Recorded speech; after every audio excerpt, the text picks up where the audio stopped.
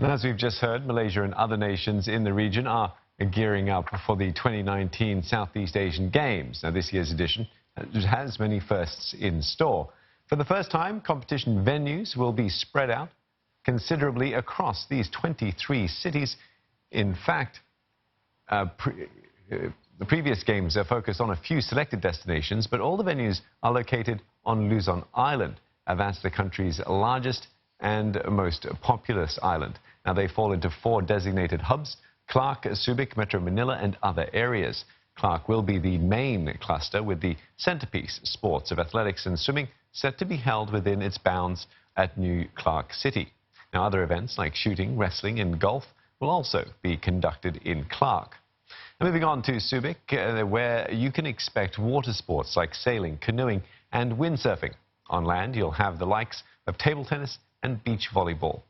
Lots of action in store in the Metro Manila cluster as well. There's badminton, gymnastics, and bowling. Esports will also be making its SEA Games debut here. As for the other areas cluster, sports like netball and football will feature. A total of 56 sports will be held at the Games. That's the largest number in the event's history, and close to 5 times more than in the 1959 inaugural edition. Only 12 sports were featured back then. What are the new sports being introduced? A highly anticipated one is esports, which has been booming in recent years. It'll be the first time esports will be a medal event at a multi-sport event sanctioned by the International Olympic Committee. Mediacorp has set up a dedicated toggle channel just for this. Another newcomer will be obstacle racing. Think the likes of Ninja Warrior or Tough Mudder, where athletes strive to complete an obstacle course as quickly as possible, sometimes with a distance run or two thrown into the mix.